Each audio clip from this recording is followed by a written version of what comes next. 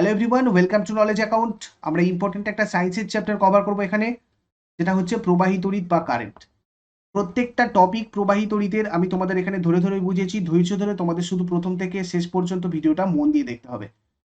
এখানে যা যা সূত্র লাগবে, যা যা কনসেপ্ট লাগবে, যা যা ফ্যাক্টস আমাদের এক্সামে জিজ্ঞাসা করা হয়, প্রত্যেকটা জিনিস আমি তোমাদেরকে এখানে ধরে ধরে বুঝিয়েছি, যাতে প্রবাহী তড়িৎ রিলেটেড আর কোনো কনফিউশন না থাকে এবং প্রবাহী তড়িৎ থেকে যাই প্রশ্ন তোমাদের আসুক না কেন, তোমরা বিভিন্ন এক্সামে এগুলো থেকে অ্যান্সার করতে পারো। তার আগে একটা ইম্পর্টেন্ট অ্যানাউন্সমেন্ট। 11th এপ্রিল 10টার সময় আনএকাডেমি প্ল্যাটফর্মে তোমাদের জন্য ফ্রি 1 ঘন্টার একটা মক টেস্টের ব্যবস্থা করা হয়েছে, মহাযুদ্ধ সেট 5, যেটা প্রত্যেক রবিবার 10টার সময় হয়। তো এবারেও এটা হচ্ছে, এবং তোমরা এটা যদি জয়েন করতে চাও, নলেজ অ্যাকাউন্ট টেলিগ্রাম চ্যানেলে আমি এটা লিঙ্ক দিয়ে রেখেছি, তার সাথে একটা ফ্রি টিউটোরিয়াল ভিডিও দেওয়া রয়েছে, যেটা দেখে দেখে দেখে তোমরা এই ফ্রি ক্লাসটা কিভাবে জয়েন করবে সেটা বুঝতে পারবে। তো যারা যারা নতুন তারা অবশ্যই নলেজ অ্যাকাউন্ট টেলিগ্রাম চ্যানেলটা একটু ফলো করো, ওখান থেকে তোমরা এটা বুঝতে পেরে যাবে কিভাবে এই ফ্রি মক টেস্ট তোমরা অংশগ্রহণ করতে পারবে এবং নিজেদের র্যাঙ্ক সঙ্গে সঙ্গে তোমরা মক টেস্ট দেওয়ার পর পেয়ে যাবে। তো চলো স্টার্ট করা যাক প্রবাহী তড়িৎ চ্যাপ্টারটা। তো দেখো, এই প্রবাহী তড়িৎ পড়ার আগেই আমাদেরকে যেটা দেখতে হবে সেটা হচ্ছে তড়িৎ। এই তড়িতের যে প্রবাহ সেটা কেন হয়। ধরো এখানে একটা পরিবাহী রয়েছে, যেটার একটা প্রান্ত পজিটিভে লাগানো রয়েছে, একটা প্রান্ত লাগানো রয়েছে নেগেটিভে। একটা ব্যাটারির, আমরা যে ব্যাটারি ব্যবহার করি তার একটা নেগেটিভ প্রান্তে আমরা পরিবাহীর একটা দিক লাগিয়েছি আর একটা পজিটিভ দিকে লাগিয়েছি। তো তার ফলে কি হবে, এই যে পরিবাহীটা, আমরা কি জানি যে কোনো পরিবাহীতে মুক্ত ইলেকট্রন থাকে। যে মুক্ত ইলেকট্রনগুলো যখনই আমরা এই দুটোর মধ্যে একটা বিভব প্রভেদ তৈরি করব, তখন একটা জায়গা থেকে আরেকটা জায়গায় ছুটবে। ধরো এখানে নেগেটিভ আছে, অর্থাৎ ইলেকট্রন, এই ইলেকট্রন বা নেগেটিভ চার্জগুলো সবসময় এই দিকে যাওয়ার চেষ্টা করবে যেদিকে পজিটিভ। সবসময় এই পজিটিভ বা ক্যাটায়নগুলো নেগেটিভের দিকে যায়, আর এই নেগেটিভ চার্জ বা অ্যানায়নগুলো সবসময় পজিটিভের দিকে আসে।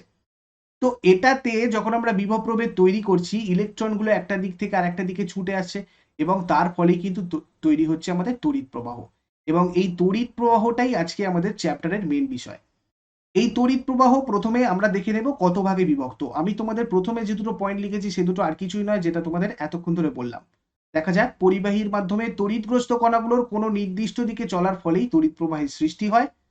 পরিবাহীর মাধ্যমে তড়িৎগ্রস্ত কণা একটা নির্দিষ্ট দিকে যদি চলে, এই যে আমাদের ধরো ইলেকট্রন তড়িৎগ্রস্ত কণা, সেটা একটা নির্দিষ্ট দিকে চলছে, তার ফলেই তড়িৎ প্রবাহের সৃষ্টি হচ্ছে।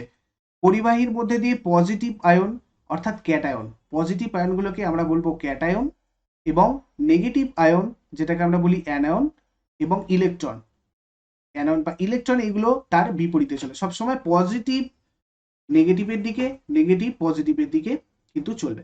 এইবার এই তড়িৎ প্রবাহ আমাদের দু রকমের, এক হচ্ছে পরবর্তী প্রবাহ বা অল্টারনেটিং কারেন্ট, আর একটা হচ্ছে সমপ্রবাহ বা ডিসি কারেন্ট।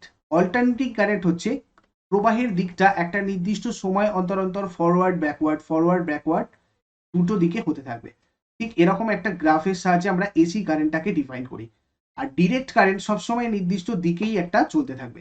দেখো, পরবর্তী প্রবাহ বা অল্টারনেটিং কারেন্ট, এটা অনেকটা বেশি দূরত্বের মধ্যে স্থানান্তর করা যায়। অর্থাৎ আমি যেটা তোমাদের বললাম, ধরো একটা পাওয়ার স্টেশন, মানে যেখানে আমাদের বিদ্যুৎ তৈরি হচ্ছে, সেই জায়গাটা থেকে বিভিন্ন সিটিতে যে ট্রান্সফরমারগুলো আছে বা ছোট ছোট যে পাওয়ার হাউসগুলো আছে, সেখান থেকে আমাদের ইলেকট্রিকগুলো যাচ্ছে, এবং সেখান থেকে আমাদের এরকম ছোট ছোট ট্রান্সফরমারগুলো যাচ্ছে, এবং সেখান থেকে আমরা বাড়িতে পাচ্ছি।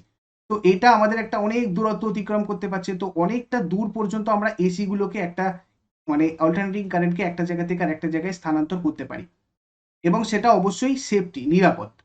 আর এই ডিরেক্ট কারেন্ট যেটা ডিসি, সেটা বেশি দূরত্বের মধ্যে স্থানান্তর করা যায় না। এই কারণেই এটা কিন্তু আমরা দেখবে ইলেকট্রনিক্স ডিভাইসে এইগুলো ইউজ করি। আমি তোমাদের দেখাচ্ছি এগুলো কোথায় কোথায় ব্যবহার করা হয়। আর একটা নেক্সট পয়েন্ট, এটা আমাদের খুব ইম্পর্টেন্ট, খুব ভালো করে দেখো। এসি এর একটা নির্দিষ্ট কম্পাঙ্ক ব্যবহার করা হয় বিভিন্ন দেশের জন্য বিভিন্ন। ধরো আমাদের ইউরোপিয়ান কান্ট্রিগুলোর জন্য আলাদা, আমেরিকান কান্ট্রিগুলোর জন্য আলাদা আলাদা। তো এরকম আমাদের ভারতে যে এসির কম্পাঙ্কটা ইউজ করা হয় সেটা হচ্ছে 50 হার্জ। 50 হার্জের এসি কিন্তু আমরা ইউজ করি আমাদের ইন্ডিয়াতে। এটা শুধুমাত্র ভারতের জন্য। তোমাদের এইটা অনেক সময় এক্সামে প্রশ্ন জিজ্ঞাসা করা হয় যে এসির কম্পাঙ্ক কত। তো সেক্ষেত্রে তোমাদেরকে কি বলতে হবে, 50 হার্জ। আর ডিসির কম্পাঙ্ক যদি দেখি তাহলে হয়ে যাবে আমাদের 0। এসি প্রবাহ পর্যায়ক্রমে তার দিক পরিবর্তন করে, যেটা তোমাদের প্রথমেই বললাম, সবসময় ফরওয়ার্ড ব্যাকওয়ার্ড হয়।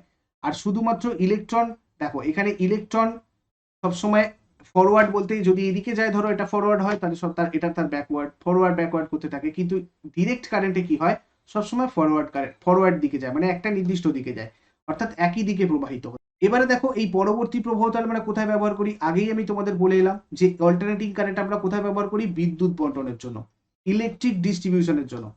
আমরা যে পাওয়ার স্টেশন থেকে যেগুলো আমাদের পাওয়ার হাউসে প্রথমে, তারপরে সেই পাওয়ার হাউস থেকে আলাদা আলাদা জায়গায় সেগুলো ডিস্ট্রিবিউট হয়ে যায়, তো এইটা আমরা এসির সাহায্যে করে থাকি। এবারে ধরো ব্যাটারি, ইলেকট্রনিক সরঞ্জাম যেমন কম্পিউটার, রেডিও, মোবাইল ফোন, বৈদ্যুতিক সরঞ্জাম, সৌর প্যানেল, এগুলোতে আমরা ডিসি ইউজ করি। আমাদের বাড়িতে যে কারেন্ট হয়, বাড়িতে যে ওয়্যারিং, যেখানে যেখানে আমাদের লাইট, পাখা, কম্পিউটার এগুলো চলে, সেটাও কিন্তু আমরা এসির সাহায্যেই করি। ঠিক আছে, এবার কম্পিউটারের ভিতরে যে কারেন্টগুলো থাকে বা ধরো রেডিওর ভিতরে যে কারেন্টগুলো থাকে সেটা আমাদের ডিসি। অর্থাৎ আমরা যখন সুইচ দিলাম তখন এসি কারেন্ট রেডিওতে এলো, এবং রেডিওর মধ্যে যে কারেন্টগুলো রয়েছে, যেগুলো রেডিওর ইন্টারনাল কাজকর্মগুলো করে, সেটা কিন্তু ডিসির সাহায্যে হয়। তাহলে এইখান থেকে আমাদের একটা জিনিস মাথায় আসবে কি, যে আমরা তাহলে এসি কে নিশ্চয়ই ডিসিতে করি। ধরো এসি কারেন্টটা গেল রেডিওতে, তারপর রেডিওর ভেতরে সেটা ডিসি কারেন্ট হয়ে কাজ করছে। তাহলে এই এসি থেকে ডিসি কনভার্সনের জন্য আমরা ইউজ করি একটা রেকটিফায়ার বলে একটা সার্কিট। এই সার্কিটটা তোমাদের একটা রেকটিফায়ারের সার্কিট, যেখানে তোমাদের ডায়োড ব্যবহার করা হয়েছে, রেজিস্ট্যান্স ব্যবহার করা হয়েছে। এইগুলো ব্যবহার করে আমরা এসি থেকে ডিসি, এসি ইনপুট থেকে ডিসি আউটপুট পাই। তো এইভাবে কিন্তু আমাদের এসি থেকে ডিসি কনভার্ট করা হয়। এবং ধরো আমরা যদি ডিসি থেকে এসিতে যাই, তখন কি হয়, ইনভার্টার করি, ইনভার্টারের সাহায্যে আমরা ডিসি থেকে এসি কনভার্ট করি। এরপরে আমরা যেটা দেখবো সেটা হচ্ছে বেশ কিছু ফর্মুলা, যেগুলো আমি তোমাদের সাথে আলোচনা করব একে একে। এই ফর্মুলাগুলো আমাদের বিভিন্ন ম্যাথামেটিক্যাল প্রবলেম বা নিউমেরিক্যাল করতে গেলে কাজে লাগে, এবং এখান থেকে তোমাদের প্রশ্ন প্রচুর আসে। কিন্তু আমি প্রথমেই এগুলো দিয়ে স্টার্ট করব না, আমি তোমাদের জাস্ট এখানে দেখাবো, দেখো এই ফর্মুলাগুলো আমাদের প্রবাহী তড়িতে রয়েছে, এর বাইরে কোনো ফর্মুলা নেই। তো তোমরা এটা একটা স্ক্রিনশট নিতে পারো বা খাতাতে নোট করে নিতে পারো। খুব সুন্দর একটা ডায়াগ্রাম, যেখানে ভোল্টেজ, পাওয়ার, কারেন্ট আর রেজিস্ট্যান্স, অর্থাৎ টি মানে এখানে সময়, কিউ মানে আধান, আই মানে প্রবাহ মাত্রা বা কারেন্ট, ভি মানে বিভব প্রভেদ বা পোটেনশিয়াল ডিফারেন্স বা ভোল্টেজ, আর মানে রোধ বা রেজিস্ট্যান্স, পি মানে তড়িৎ ক্ষমতা বা ইলেকট্রিক পাওয়ার। তো এগুলো দিয়ে আমাদের যা যা ফর্মুলা হয় সেগুলো সবকটা আমরা দেখবো, এবং প্রত্যেকটা নোটেশন সম্পর্কে আমরা এখানে আলোচনা করব। সেটাই আমাদের প্রবাহী তড়িৎ যে চ্যাপ্টারটা, সেটার আলোচ্য বিষয়। দেখো তোমাদের সবকটা আগে একক আমি বলে দিই। সময়ের একক কি, সময়টাকে আমরা ডিনোট করি টি দিয়ে, এবং সময় বা টাইমের সিজিএস এবং এসআই দুটো এককেই আমাদের কি হবে, সেকেন্ড। আধান, যেটাকে আমরা কিউ দিয়ে ডিনোট করি, আধান বা চার্জ, সেটার সিজিএস ইউনিট হচ্ছে ইএসইউ, এবং এসআই ইউনিট হচ্ছে কুলম। এই ইএসইউ এবং কুলম্বের মধ্যে যে রিলেশন, সেটা তুলেও আমাদের প্রশ্নতে আসে পরীক্ষায়, সেটাও আমি তোমাদের দেখাচ্ছি। প্রবাহ মাত্রাকে আমরা আই দিয়ে ডিনোট করি, প্রবাহ মাত্রা বা কারেন্টকে, যেটার এসআই ইউনিট অ্যাম্পিয়ার। বিভব প্রভেদ বা পোটেনশিয়াল ডিফারেন্স বা ভোল্টেজ, যেটাকে আমরা ডিনোট করি ভি দিয়ে, এটার সিজিএস ইউনিট স্ট্যাট ভোল্ট এবং এসআই ইউনিট ভোল্ট। রোধ, যেটাকে আমরা আর দিয়ে ডিনোট করি, রোধ বা রেজিস্ট্যান্স, এটার এসআই ইউনিট হচ্ছে ওহম। আর তড়িৎ ক্ষমতা বা পাওয়ার, এটাকে আমরা পি দিয়ে ডিনোট করি, যেটার এসআই ইউনিট হচ্ছে ওয়াট। এবার আমরা দেখে নেবো একটা একটা করে প্রত্যেকটা। তো দেখো এগুলোর মধ্যে একদম প্রথমেই আমি যেটা আলোচনা করব সেটা হচ্ছে কিউ বা তড়িতাধান বা ইলেকট্রিক চার্জ, অর্থাৎ যেটাই একটা পরিবাহের এক প্রান্ত থেকে আরেক প্রান্তে প্রবাহিত হওয়ার ফলেই আমাদের কারেন্ট বা তড়িৎ উৎপন্ন হয়। এই তড়িৎ আধানের এসআই একক কি হবে, কুলম্ব। সিজিএস একক কি হবে, ইএসইউ। এবার দেখো 3 × 10⁹ ইএসইউ মানে হচ্ছে আমাদের 1 কুলম্ব। তোমাদের এইটা অনেক সময় জিজ্ঞাসা করা হয়, 1 কুলম্ব মানে হচ্ছে 3 × 10⁹ ইএসইউ। তোমাদের অনেক সময় এটা তুলে দিয়ে প্রশ্নতে জিজ্ঞাসা করা হয়। এবারে আমরা দেখব প্রবাহ মাত্রা। প্রবাহ মাত্রা কি, এই যে কিউগুলো একটা পরিবাহীর এক প্রান্ত থেকে আরেকটা প্রান্তে যাচ্ছে, এটা নির্দিষ্ট সময় অন্তর অন্তর কতটা কিউ যাচ্ছে, কতটা আধান যাচ্ছে, কতটা ইলেকট্রিক চার্জ একটা জায়গা থেকে আরেকটা জায়গায় যাচ্ছে, সেটাই হচ্ছে প্রবাহ মাত্রা বা কারেন্ট।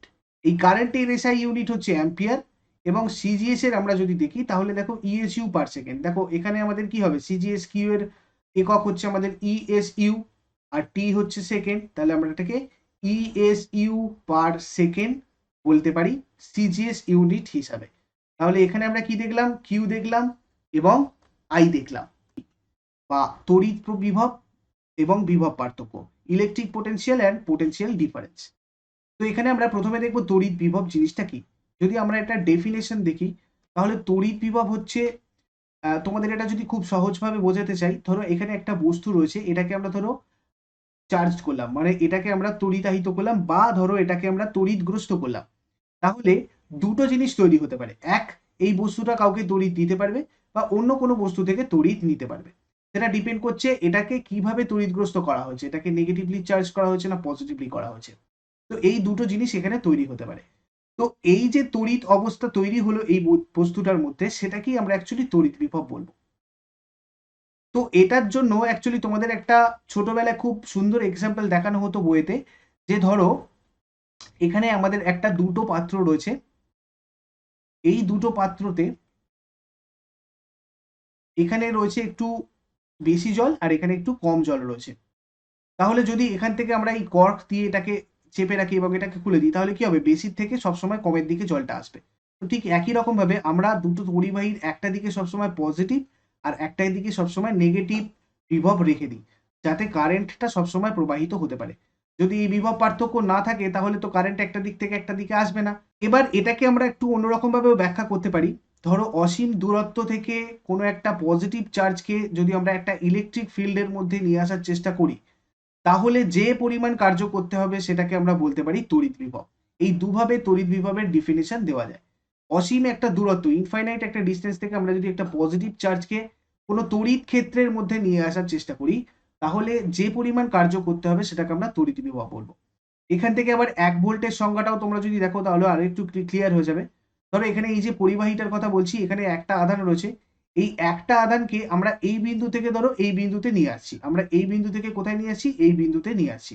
তো এই নির্দিষ্ট বিন্দু থেকে নির্দিষ্ট বিন্দুতে নিয়ে আসার জন্য, অর্থাৎ পরিবাহীর এক প্রান্ত থেকে আরেক প্রান্তে নিয়ে আসার জন্য, 1 কুলম্ব চার্জকে যদি 1 জুল কার্য করতে হয়, 1 জুল যদি কার্য করতে হয়, তাহলে তার মধ্যে যে বিভব পার্থক্য ধরা হয়, মানে এই প্রান্ত আর এই প্রান্তের মধ্যে যে বিভব পার্থক্য, সেটাকে অ্যাকচুয়ালি 1 ভোল্ট বলা হয়।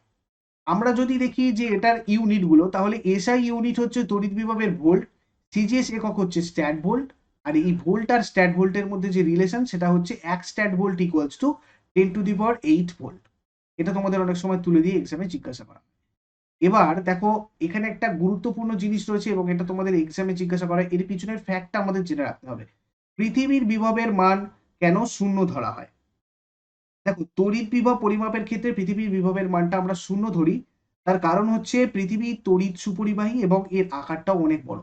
পৃথিবী যেটা, সেটা একটা তড়িৎ সুপরিবাহী জিনিস এবং এটা প্রচুর বড় একটা আমাদের যে কোনো জিনিসের তুলনায়। তো এবারে আমরা যদি কোনো নেগেটিভলি চার্জড কোনো বস্তুকে এর সাথে যুক্ত করি, তাহলে কি হবে, পৃথিবী এর থেকে সমস্ত চার্জ নিয়ে নিয়ে এই বস্তুটাকে নিস্তড়িত করে দেবে। আবার যদি একটা পজিটিভলি কোনো চার্জ বস্তুকে আমরা যদি পৃথিবীর সাথে কানেক্ট করি, তাহলে সেক্ষেত্রে পজিটিভ চার্জগুলো পৃথিবীটা নিয়ে এই বস্তুটাকে করে দেবে নিস্তড়িত। তো সেই কারণে এটা আমাদের কি হয়ে যাবে, শূন্য হয়ে যাবে, এর বিভব শূন্য হয়ে যাবে। সেই জন্য আমরা পৃথিবীর বিভবের মানটা কি ধরি, শূন্য ধরি। এই দুই বিন্দুর বিভব পার্থক্য তাহলে যদি 50 ভোল্ট বলা হয়, ধরো এইখানে একটা পরিবাহী রয়েছে, এটা এ প্রান্ত, এটা বি প্রান্ত। তো এ থেকে বি এর মধ্যে বিভব পার্থক্য আমরা যদি 50 ভোল্ট বলি, তাহলে সেটার মানে কি, সেটার মানে হচ্ছে তাহলে যেটা আমি তোমাদের আগেই বললাম, যে এই বিন্দু থেকে এই বিন্দুতে আমরা যদি 1 কুলম্ব পজিটিভ তড়িৎ পাঠাতে পারি, ধরো এই কিউটার পরিমাণ 1 কুলম্ব, তো এই 1 কুলম্ব তড়িৎটাকে আমরা এখান থেকে এইখানে নিয়ে যেতে আমাদের কতখানি কাজ করতে হচ্ছে, 50 জুল কাজ করতে হচ্ছে। সেইটা আমরা বোঝাতে চাই যখন বলি যে দুই বিন্দুর বিভব পার্থক্য 50 ভোল্ট। আরেকটা জিনিস তোমরা এখানে দেখে রাখো, দেখো অনেকক্ষণ ধরে তড়িৎ প্রবাহ পেতে গেলে এমন একটা ব্যবস্থা করতে হবে যাতে পরিবাহী দুই প্রান্তের একটা বিভব পার্থক্য সবসময় বজায় থাকে। যেটা তোমাদেরকে একটা বলছিলাম, কন্টিনিউয়াস কারেন্ট পেতে গেলে কিন্তু আমাদের একটা বিভব পার্থক্য সবসময় রাখতে হবে, দুটো মধ্যে সবসময় একটা বিভব পার্থক্য রাখতে হবে। অর্থাৎ এই জলের যে আমি এক্সাম্পলটা তোমাদেরকে দিলাম ধরো আগের স্লাইডে, এই যে যদি জলের লেয়ারটা সমান সমান যখন হয়ে যাবে, তখন আর জলটা প্রবাহিত হবে না। সুতরাং আমাদের সবসময় একটা ডিফারেন্স রাখতেই হবে যাতে জলটা একটা জায়গা থেকে আরেকটা জায়গায় আসতে পারে। তড়িৎচালক বল, ইলেকট্রোমোটিভ ফোর্স, এই তড়িৎচালক বলটা বোঝার জন্য আমাদের এই সরল ভোল্টীয় কোষটা একটু দেখতে হবে। দেখো সরল ভোল্টীয় কোষ কি, এখানে ধরো একটা গ্লাস ভেসেল রয়েছে, একটা গ্লাসের একটা পাত্র রয়েছে, যেখানে আমরা দিয়েছি লঘু H2SO4, যেখানে আমাদের H প্লাস আর SO4 মাইনাস মাইনাস হয়ে যায়। তো এখানে একটা পজিটিভ আর এখানে আমাদের একটা নেগেটিভ আয়ন তৈরি হয়, যেটা কিনা আমাদের এখানে তড়িৎ প্রবাহ করতে সাহায্য করে। তাহলে তড়িৎচালক বল আমরা কাকে বলবো? তড়িৎচালক বল হচ্ছে একটা বল যেটা কিনা এই ধরো এই যে ভিতরে এই যে সলিউশনটা আছে, এই সলিউশনটাকে তড়িৎ শক্তিতে রূপান্তরিত করতে সাহায্য করে, এখান থেকে তড়িৎ শক্তি উৎপন্ন করতে সাহায্য করে তড়িৎচালক বল।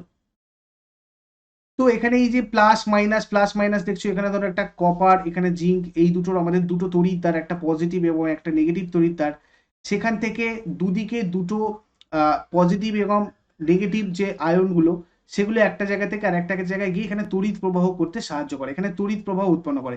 অর্থাৎ আমরা যদি এখানে একটা বাল্ব লাগিয়ে দিই, সেই বাল্বটা জ্বলতে থাকবে। তাহলে তড়িৎচালক বলের জন্যই কিন্তু এটা হয়, তড়িৎচালক বলের জন্যই এখানে তলায় যে তড়িৎ প্রবাহটা সেটা সৃষ্টি হয়। এবং এইটা যদি আমরা খুলে দিই, ধরো এখানে যে জোড়া আছে বলে বাল্বটা জ্বলছে, আর এখানে এটা জোড়া নেই, তাহলে কি হবে? এখানে কোনো বাল্ব জ্বলবে না। তো এই ক্ষেত্রে আমরা এটাকে বলবো একটা বদ্ধ বর্তনী। কি বলবো? বদ্ধ বর্তনী বলবো। আর নিচেরটার ক্ষেত্রে এটাকে আমরা একটা বলবো মুক্ত বর্তনী। এই বদ্ধ বর্তনীতে যখন কারেন্টটা যাচ্ছে, তখন আমরা এটাকে অ্যাকচুয়ালি বলি বিভব প্রভেদ। অর্থাৎ এই বদ্ধ বর্তনী অবস্থায় দুটো দিকে দুটো প্রান্তে যে ভোল্টেজ ডিফারেন্স রয়েছে, যে পোটেনশিয়াল ডিফারেন্স রয়েছে, সেটাকে আমরা বলবো বিভব প্রভেদ।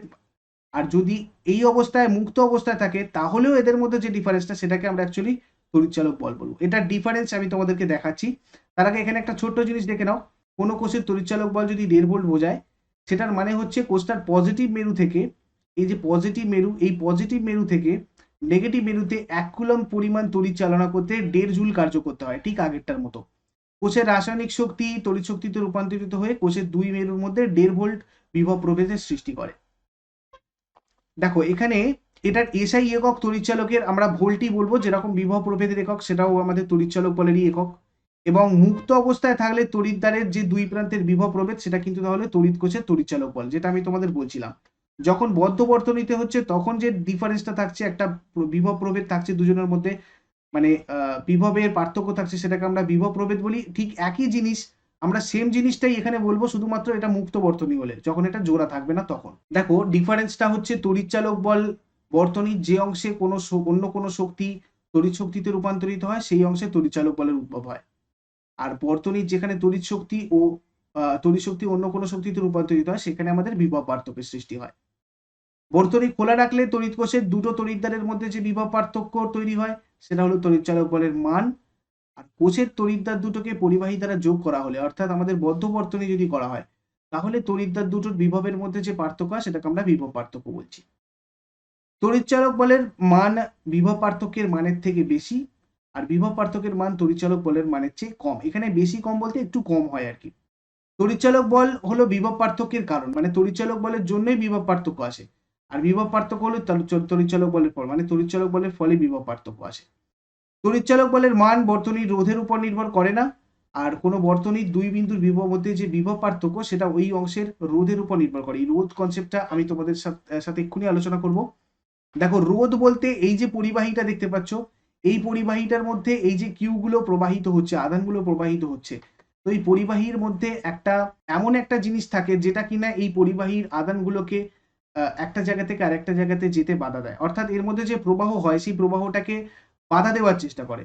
সেই জিনিসটাই হচ্ছে আমাদের রোধ, মানে আর, যেটাকে আমরা আর দিয়ে ডিনোট করি, যেটার এসআই ইউনিট হচ্ছে ওহম, সিম্বল হচ্ছে এইটা। এই রেজিস্ট্যান্স বা রোধ জিনিসটা একটা আমাদের ফর্মুলা রয়েছে, ওহমের সূত্র, যেখান থেকে তোমাদের প্রচুর আসে প্রশ্ন। কিন্তু তার আগে আমি তোমাদের সাথে এখানে এই রিলেটেড কিছু ফ্যাক্টস আলোচনা করে নিই, যেগুলো আমাদের এক্সামে জিজ্ঞাসা করা হয়। যেমন ধরো যে বস্তুর রোধ আছে তাকে রোধক বলে। রোধ যে বস্তুরই থাকবে তাকে আমরা রেজিস্টার বলি। রোধের অনন্যক রাশি হচ্ছে 1/r। এই 1/r হচ্ছে পরিবাহিতা বা কন্ডাক্টিভিটি। পরিবাহিতা, এটা তোমাদের দেখবে অনেক সময় এর এককটা জিজ্ঞাসা করা হয়। তো এই পরিবাহিতা মানে হচ্ছে 1/r, যার একক এসআই একক হচ্ছে মো। মো হচ্ছে এটার এসআই একক। তোমাদের প্রচুর এটা রিপিট হয়, প্রচুর বার প্রশ্ন মানে এক্সামে, বিভিন্ন এক্সামে জিজ্ঞাসা করা হয়। আর এই রোধকে বাড়ানো কমানোর জন্য যে যন্ত্রটা ইউজ করা হয়, সেটা হচ্ছে রিওস্ট্যাট। রিওস্ট্যাটের সাহায্যে আমরা একটা রোধকে বাড়াতে বা কমাতে পারি। এর সব থেকে ভালো এক্সাম্পল হচ্ছে ইলেকট্রিক ফ্যান। আমাদের যে বাড়িতে পাখার যে রেগুলেটর, সেখানে বিভিন্ন মানের রোধ লাগানো থাকে। রোধটা বিভিন্ন মানের লাগানোর ফলে আমাদের কারেন্টটা ওখানে কোনোটাতে একটু বেশি প্রবাহ হয়, কোনোটাতে একটু কম প্রবাহ হয়। এইভাবে করে করে আমরা রেগুলেটরটা মেনটেন করি। বিভিন্ন রেজিস্ট্যান্সের জন্য এটা করা হয়। তো এটাই হচ্ছে রিওস্ট্যাট যন্ত্রের একটা সিম্পল এক্সাম্পল। এবারে দেখো আমি যেটা বলছিলাম তোমাদের ওহমের সূত্র, বিজ্ঞানী ওহম ভি আই আর আর কোনো একটা প্রবাহর পরিবাহীর মধ্যে যে বিভব প্রভেদ, যে প্রবাহ মাত্রা এবং যে রোধ, এই তিনটের রিলেশনের জন্য একটা ফর্মুলা ইউজ করেছিলেন, কিভাবে কতটা রোধ থাকলে কতটা বিভব প্রভেদ থাকলে কিরকম প্রবাহ মাত্রা হবে সেটার উপরে। তো দেখো উষ্ণতা উপাদান এবং অন্যান্য ভৌত অবস্থা যদি অপরিবর্তিত থাকে কোনো পরিবাহীর কথা বলা হচ্ছে, তাহলে কোনো পরিবাহীর মধ্যে দিয়ে তড়িৎ প্রবাহ মাত্রা মানে আই, ওই পরিবাহীর দুই প্রান্তের যে বিভব পার্থক্য সেটাতে সাথে সমানুপাতিক হবে। তাহলে দেখো আমি এখানে লিখেছি যে বিভব পার্থক্য সমানুপাতিক কি তড়িৎ প্রবাহ, অর্থাৎ ভি সমানুপাতিক আমাদের আই হবে। এবার এই ভি সমানুপাতিক আইটাকে আমরা এখানে কি লিখতে পারি, আমরা এটাকে সমান দিয়ে এখানে একটা কনস্ট্যান্ট যোগ করতে পারি এবং এই কনস্ট্যান্ট যেটা আর, এইটাকেই আমরা বলি কিন্তু তোমার রোধ। অর্থাৎ রোধের আমরা যদি এখানে ফর্মুলা জানতে চাই তাহলে ভি বাই আই হয়ে যাবে। এটাকে আমরা ভি আই আর বলেও মনে রাখতে পারি। ভি, এই ফর্মুলাটা অনেক গুরুত্বপূর্ণ এবং তোমাদের এটা মনে রাখতে হবে। এই রোধের ইউনিট কি? রোধের ইউনিট আমি তোমাদের প্রথমেই বলেছি, এসআই একক কি হবে আমাদের? ওহম। তাহলে এখান থেকে আমরা দুটো জিনিস দেখতে পাচ্ছি, এটা তোমাদের এক্সামে জিজ্ঞাসা করা হয়, আমি সেই জন্য এটা তোমাদেরকে আরো একবার উল্লেখ করে দিই। ধরো নিচে যেটা আছে মানে আই যদি আমাদের বেশি হয় তাহলে এই যে ফ্র্যাকশনটা, এই যে ভগ্নাংশটা কি হবে, সেটা আমাদের কমতে থাকবে। ধরো আমাদের 1/2 যা আছে 1/3, তাহলে এই দুটোর মধ্যে কোনটা ছোট? এইটা ছোট, 3/1 ছোট। তাহলে যখনই আমাদের নিচেরটা বাড়ে তখন কিন্তু আমাদের এই যে পুরো ফ্র্যাকশনের ভ্যালুটা মানে ভি বাই আই মানে কি আরটা আমাদের কমতে থাকে, সেইটাই এখানে লেখা হয়েছে। যদি বিভব পার্থক্য স্থির থাকে মানে ভিটা যদি স্থির থাকে, তাহলে প্রবাহ মাত্রা মানে আই যত যত আর বাড়বে, আর যদি বাড়ে আমাদের আই কমবে, আর আর যদি কমে তাহলে প্রবাহ মাত্রা বাড়বে। সেটাকে আমরা অন্যভাবেও দেখতে পারি। ধরো ভি কষ্ট এখানে কি আই আর, তাহলে আমরা এটাকে ভি সেম রাখতে গেলে এই দুটোর গুণফলটাকে যদি আমরা সেম রাখতে চাই আই আর আর কে, ধরো এই দুটোর গুণফল আমাদের 50, তাহলে আমরা এখানে 5 রাখলে এখানে 10। দেখো এটাকে আমরা এবার কমাচ্ছি, তাহলে এটাকে 10 এটাকে 5 করতে হবে। তাহলে এখানে কি করছে দেখো, আইটা যদি কমে তাহলে রোধটা বাড়বে, যদি আইটা বাড়ে তাহলে রোধটা কমবে। এইভাবে আমরা কিন্তু এগুলো মনে রাখতে পারি এবং এটা তোমাদের জিজ্ঞাসা করা হয় ভিতর থেকে কনসেপচুয়াল প্রশ্ন এক্সামে। ঠিক আছে, আগের বারে রেলওয়ে গ্রুপ ডিতে প্রচুর জিজ্ঞাসা করা হয়েছে। এরপরে আমি তোমাদের এই রোধটা কিসের উপর ডিপেন্ড করে সেটা একটু আলোচনা করে নেব। যেমন ধরো পরিবাহীর উপাদানের উপর নির্ভর করে, প্রথমত বিভিন্ন পরিবাহীর রোধ বিভিন্ন ধরনের হয়, বিভিন্ন মানের হয়। উষ্ণতা টেম্পারেচারের উপর ডিপেন্ড করে কোনো পরিবাহী রোধ কিরকম হবে। যেমন ধরো যে কোনো বিশুদ্ধ ধাতুর এবং বেশিরভাগ সংকর ধাতুর উষ্ণতা বাড়লে রোধ বেড়ে যায়। যদি উষ্ণতা বাড়ে তাহলে কি হবে? রোধ বেড়ে যায়। নর্মালি টেম্পারেচার বাড়লে রোধ বেড়ে যায়। অর্থাৎ আমাদের উষ্ণতার সাথে রোধের সম্পর্ক কি? সমানুপাতিক। কাঁচ, কার্বন, সিলিকন, জার্মেনিয়াম, জলে দ্রবীভূত বা গলিত তড়িৎ বিশ্লেষ্য প্রভৃতির উষ্ণতা যদি বাড়ানো হয় তাহলে রোধ কমে যায়। দেখো তোমাদের এই সিলিকন, জার্মেনিয়াম মানে আমাদের বিভিন্ন অর্ধপরিবাহীর ক্ষেত্রে তোমাদের আমি বিভিন্নবার জিকেতে প্রশ্ন এখানে দেখিয়েছি বা তোমাদের এইগুলো প্রশ্নতে জিজ্ঞাসা করা হয় যে কোন পদার্থের উষ্ণতা বাড়ালে রোধ কমে যায়। তো এক্ষেত্রে অর্ধপরিবাহীর ক্ষেত্রে আমরা সবসময় যদি উষ্ণতা বাড়াই সেক্ষেত্রে আমাদের রোধটা কমে যাবে।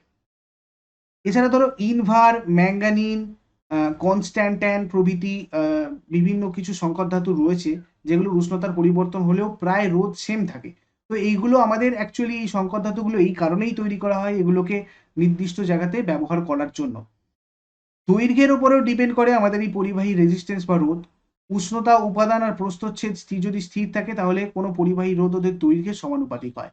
অর্থাৎ কোনো পরিবাহীর যদি দৈর্ঘ্য বড় হয় তাহলে তার রোধ বেশি হবে, মানে এখানে আমাদের রোধ বেশি আর বড়। আর এখানে যদি পরিবাহী দৈর্ঘ্য ছোট হয় তাহলে রোধটা কম হবে।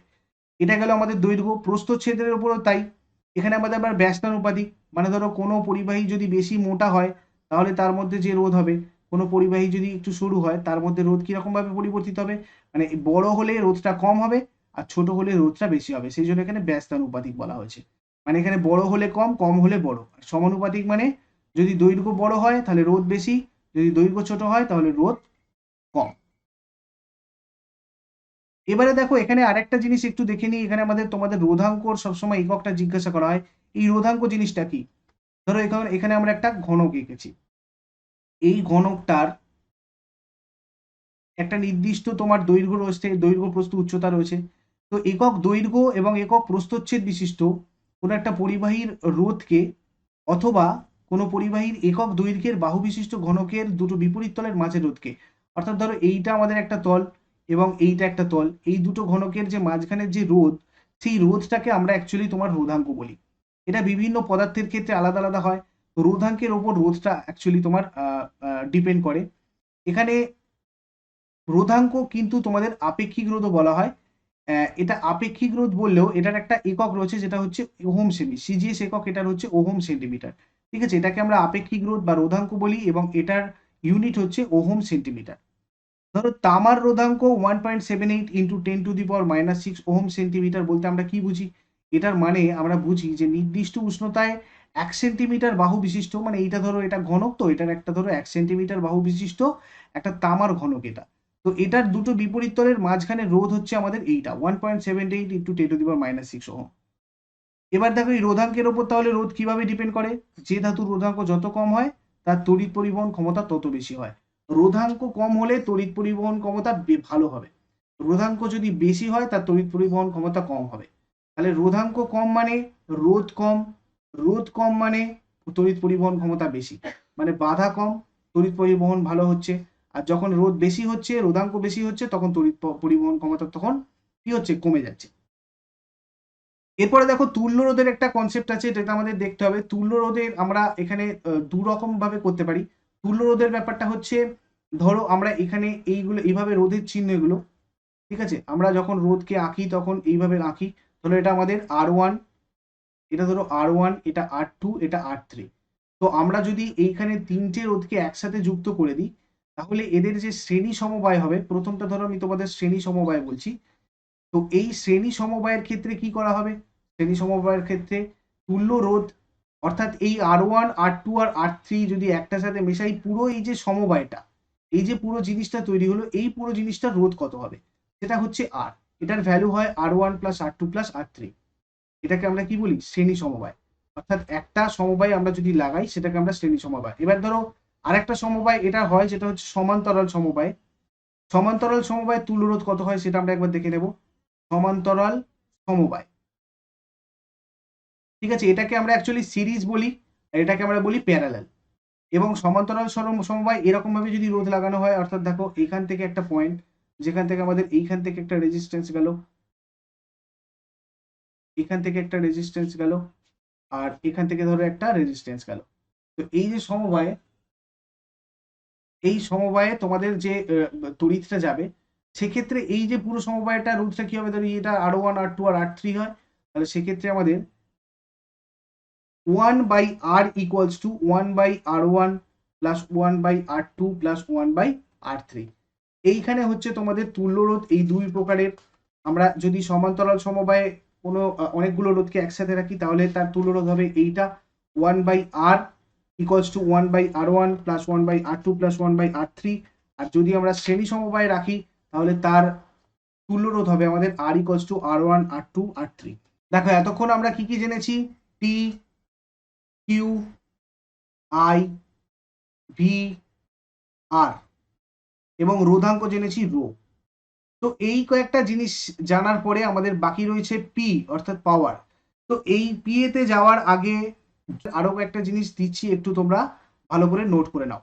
যেমন ধরো ফিউজ তার, ফিউজ তারটা থেকে আমাদের অনেক প্রশ্ন আসে। কি কি প্রশ্ন আসে? এক, এই ফিউজ তারটা কি কি দিয়ে তৈরি হয়? ফিউজ তারটা সবসময় টিন আর লেড দিয়ে তৈরি হয়। কি কি বললাম? টিন আর লেড, এই দুটোর একটা সংকর ধাতু হচ্ছে ফিউজ তার। যেখানে টিন ধরো থাকে তোমার 25% এবং লেড থাকে 75%। তোমাদের পার্সেন্টেজ গুলো তোমাদের কিন্তু ফিউজ তারের ক্ষেত্রে জিজ্ঞাসা করা হয়। আর এখানে দুটো প্রপার্টিজ অর্থাৎ ধর্ম আমাদের মনে রাখতে হবে। এক হচ্ছে এখানে উচ্চ রোধ আর নিম্ন গলনাঙ্ক বিশিষ্ট হয়। আর ফিউজ তারটা সবসময় শ্রেণী সমবায়ে লাগানো থাকে কোনো বর্তনীতে। এরপরে যে পয়েন্টটা সেটা হচ্ছে আমাদের যে বাড়িতে যে ওয়্যারিং করা থাকে, আমাদের বাড়িতে যে ওয়্যারিং করা থাকে, আমাদের বাড়িতে যে ইলেকট্রিক ওয়্যারিং করা থাকে সেখানে আমাদের সবসময় সমান্তরাল সমবায় ইউজ করা হয়। কি ইউজ করা হয়? প্যারালাল সিরিজ, সমান্তরাল সমবায়। এইগুলো থেকে তোমাদের কিন্তু প্রশ্ন জিজ্ঞাসা করা হয়। আচ্ছা, এরপরে আমরা ফিউজ তারের পর নেক্সট পয়েন্ট চলে যাব, যেটা সেটা হচ্ছে আমাদের ফিলামেন্ট। বাল্বের যে ফিলামেন্ট আগে ইউজ করা হতো, তো এই ফিলামেন্টটা তোমাদের তৈরি হয় একটা সংকর ধাতু, যেটা নাম হচ্ছে উলফ্রেমাইট। আর এই উলফ্রেমাইট তৈরি হয় তিনটে জিনিস দিয়ে।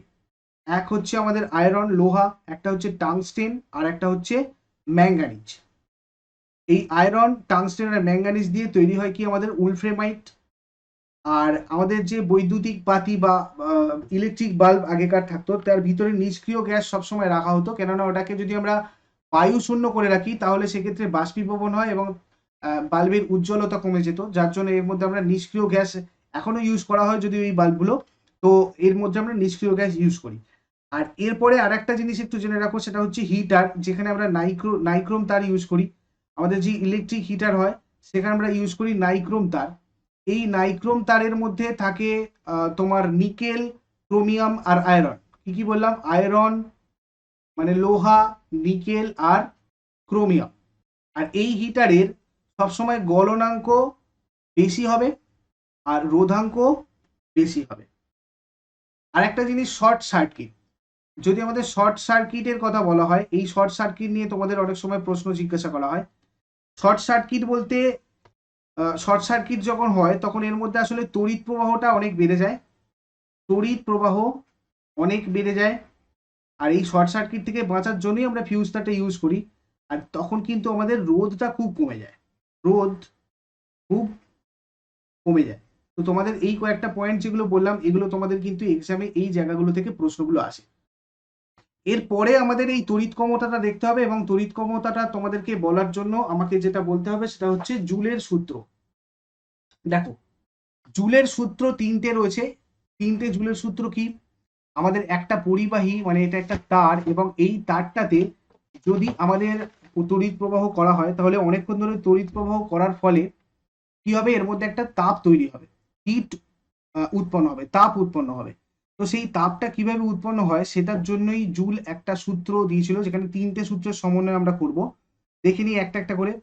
প্রথম যে সূত্রটাতে কি বলা হয়েছে দেখো, পরিবাহীর রোধ এবং প্রবাহের সময় টি যদি স্থির থাকে তাহলে পরিবাহীতে উৎপন্ন তাপ মানে এইচ সবসময় প্রবাহ মাত্রা, আচ্ছা এখানে আমরা প্রবাহ মাত্রাটাকে আই ধরছি, সি এর বদলে আমরা আই ধরে নিচ্ছি, তাহলে আমাদের সুবিধা হবে, যেহেতু তোমাদেরকে আগে আমি আই বলে বলেছি। তাহলে কি হবে? তার সাথে আমাদের সমানুপাতিক, বর্গের সমানুপাতিক হবে, অর্থাৎ এইচ আমাদের আই স্কোয়ারের সাথে সমানুপাতিক হবে। পরিবাহীর রোধ আর আই যদি স্থির থাকে, এক্ষেত্রে আমরা কি দেখলাম? আর আর টি স্থির। তারপরেটাতে আমরা কি দেখছি? এইচ সমানুপাতিক কি হবে? আমাদের টি হবে, যদি আর আর আই স্থির থাকে। আর ঠিক আরেকটা রকম, মানে পরের 3 নম্বর সূত্রটাতে এক্ষেত্রে টি আর আই যদি স্থির থাকে, মানে টি আর আই যদি স্থির থাকে তাহলে এইচ সমানুপাতিক আমাদের আর হবে। এবং এই তিনটিকে যদি আমরা পরপর একভাবে লিখি, একসাথে লিখি, তাহলে দেখো এইচ সমানুপাতিক আমাদের কি হচ্ছে? আই স্কোয়ার আর টি। আর আমরা যদি এখানে একটা ধ্রুবক যোগ করতে চাই তাহলে এইচ সমানুপাতিক কে লিখতে হবে, কে আই স্কোয়ার আর টি হবে। এই কে এর মান, বা এটাকে আমরা অ্যাকচুয়ালি জে লিখি, কে বা জে লিখি, এই কে বা জে এর মান কিন্তু আমাদের হচ্ছে তোমার 1/4.2। এটাকে আমরা কখনো কখনো জেও লিখি, ঠিক আছে, জে আর কে। এখানে তোমরা এই জিনিসটা জানলে এই ফর্মুলাগুলো লিখে রাখো, এগুলো কাজে লাগবে। এবার দেখো, আমরা ক্ষমতা বলতে কি জানি? ক্ষমতা মানে পি যেটা বলছি, ক্ষমতা মানে হচ্ছে তো নির্দিষ্ট সময় কতটা কার্য সম্পাদিত হচ্ছে, নির্দিষ্ট সময় কতটা কাজ আমরা করতে পারছি সেটাকে আমরা ক্ষমতা বলি। তাহলে সম্পাদিত কার্য আমরা কি বলতে পারি? কিউবি জুল বলতে পারি, একটু আগেই আমরা দেখেছি। আর সময় কি? টি। তাহলে ক্ষমতা আমাদের কি বলবো? সম্পাদিত কার্যের জায়গায় আমরা কিউবি লিখতে পারি, নিচে টি লিখতে পারি। তাহলে I into T into V লিখতে পারি, কেননা কিউ মানে আমাদের কি? আইটি। আমরা একটু আগেই দেখেছি যে I equals to Q by T. তো সেক্ষেত্রে আমরা কি লিখতে পারি এখানে? Q equals to I T. তাহলে আই টি ভি হয়ে গেল, আইটি ভি বাই টি। তাহলে I into V joule per second equals to I into V watt. এটা হয়ে গেল। এবারে এখানে আমাদের ফাইনাল কিছু জিনিস দেখতে হবে যেগুলো আমাদের এক্সামের জন্য কাজে লাগবে, বা আমাদের অঙ্ক করতে গেলে কাজে লাগবে। দেখো 1 কিলোওয়াট মানে হচ্ছে 1000 ওয়াট, মানে 10⁻³ ওয়াট। এটার মানে হচ্ছে 10⁻³ ওয়াট, 10⁻³ ওয়াট। আর 1 মেগাওয়াট হচ্ছে 10⁻6 ওয়াট। ওকে, 1 মেগাওয়াট মানে 10⁻6, মেগা মানে 6, আর এখানে কিলো মানে আমাদের এখানে তোমার 10⁻³ ওয়াট। এই ওয়াট ঘন্টা কাকে বলে? 1 ওয়াট বাতি 1 ঘন্টা জ্বললে, 1 ওয়াট বাতি বলতে 1 ওয়াট ধরো একটা ল্যাম্প, সেটা যদি 1 ঘন্টা জ্বলে তাহলে যে তড়িৎ শক্তিটা খরচ হবে সেটাকে আমরা ওয়াট ঘন্টা বলি। এই 1 ওয়াট ঘন্টা মানে হচ্ছে তাহলে 1 ওয়াট ইন্টু 1 ঘন্টা, এবং এই 1 ঘন্টা মানে আমাদের কত? 3600 সেকেন্ড। তাহলে 1 ওয়াট ইন্টু 3600 সেকেন্ড মানে কত হচ্ছে? 3600 জুল। তাহলে এইটা তোমাদের অনেক সময় এক্সামে তুলে দিয়ে প্রশ্ন আসে যে 1 ওয়াট ঘন্টা মানে কত জুল। ঠিক আছে, 1 কিলোওয়াট ক্ষমতাযুক্ত কোনো বৈদ্যুতিক যন্ত্র, সেটা পাখা বা লাইট যা খুশি হতে পারে, যদি 1 ঘন্টা সময় মানে যতটুকু সে তড়িৎ শক্তি সরবরাহ করবে সেটাকে আমরা 1 কিলোওয়াট আওয়ার বা বোর্ড অফ ট্রেড ইউনিট বলি। অর্থাৎ কিলোওয়াট আওয়ার, বোর্ড বা ট্রেড অফ ইউনিট বা কিলোওয়াট আওয়ার। আর এটার আমাদের একটা যেটা আমরা ইউজ করি এর ইকুয়েশন, সেটা হচ্ছে 1 বিওটি, মানে BOT equals to watt into ঘন্টা বাই পি, বা ভোল্ট ইন্টু অ্যাম্পিয়ার বাই ঘন্টা ইন্টু 100। ওয়াট ঘন্টা আমরা বলতে পারি এক্ষেত্রে, বা ধরো আমাদের এখানে তাহলে মানে ভি আই, আর এখানে ঘন্টা মানে কত ঘন্টা চলছে, ধরো আমরা এইচ লিখলাম, এটাকে দিলে আমাদের যেটা বেরোবে সেটা হচ্ছে কত বিওটি, কত বোর্ড অফ ট্রেড ইউনিট আমাদের খরচ হচ্ছে, কতটা তড়িৎ শক্তি খরচ হচ্ছে সেটা আমরা পেয়ে যাব। আমরা যখন এই ধরনের অঙ্ক পাবো যে একটা পাখা দুটো লাইট জ্বললে কতটুকু আমাদের কত ইউনিট কারেন্ট পড়বে, এই ধরনের যে প্রবলেমগুলো আছে সেগুলো আমরা এই ফর্মুলা দিয়েই করবো। তো এটার জন্য তোমাদের এই ফর্মুলাগুলো একটু দরকার, ভালো করে নোট করে রাখো। আমি তোমাদের প্রবাহী তড়িতের নেক্সট পার্টে শুধু অঙ্ক করাবো, এই যে ফর্মুলাগুলো বলছি সেগুলোর রিলেটেড, এবং তোমাদের যা যা কনসেপ্ট তোমাদের অসুবিধা হবে আমাকে নেক্সট ক্লাসে অবশ্যই জিজ্ঞাসা করবে, কমেন্টে তোমরা জিজ্ঞাসা করে নাও। আমাদের বাড়িতে যত বিদ্যুৎ শক্তি খরচ হয় সেটা দেখার জন্য আমরা জানি কোম্পানি থেকে মিটার বসানো থাকে বাড়িতে বাড়িতে, প্রত্যেক 3 মাস বা 2 মাস বা 1 মাস অন্তর অন্তর একটা রিডিং নেওয়া হয়, সেই অনুযায়ী কত টাকা খরচা হয়েছে আমাদের একটা বিল পাঠানো হয়, এবার আমরা বিল পেমেন্ট করি। তো সেটা কিন্তু আমাদের এই কিলোওয়াট ঘন্টা বা বিওটি ইউনিটে পাওয়া যায়। ঠিক আছে, আচ্ছা, ওয়াট এবং ওয়াট ঘন্টার মধ্যে পার্থক্য নিয়ে তোমাদের প্রচুর আমি দেখেছি, যখন আমি মক টেস্ট নিই বা তোমাদের জিজ্ঞাসা করি প্রচুর কনফিউশন থাকে। তো এই জায়গাটা একটু ভালো করে ক্লিয়ার করে নাও। ওয়াট হচ্ছে ক্ষমতার একক, আর ওয়াট ঘন্টা হচ্ছে তড়িৎ শক্তির একক। ওয়াট হচ্ছে ক্ষমতার একক, ওয়াট ঘন্টা হচ্ছে তড়িৎ শক্তির একক। এই দুটো জায়গা ভালো করে দেখে নাও। তো এই পর্যন্ত আমি তোমাদের আশা করি প্রবাহী তড়িৎ রিলেটেড সবকিছুটা কভার করতে পেরেছি। ইউজফুল বলে মনে হলে এটা অবশ্যই লাইক করো, যারা নতুন রয়েছে চ্যানেলটাকে সাবস্ক্রাইব করে নোটিফিকেশন বেল ক্লিক করে রাখো, যাতে নেক্সট ভিডিওর নোটিফিকেশন তোমাদের কাছে ঠিকঠাকভাবে পৌঁছে যায়। Thank you so much. দেখা হচ্ছে কালকে সকাল 6টার কারেন্ট অ্যাফেয়ার্স।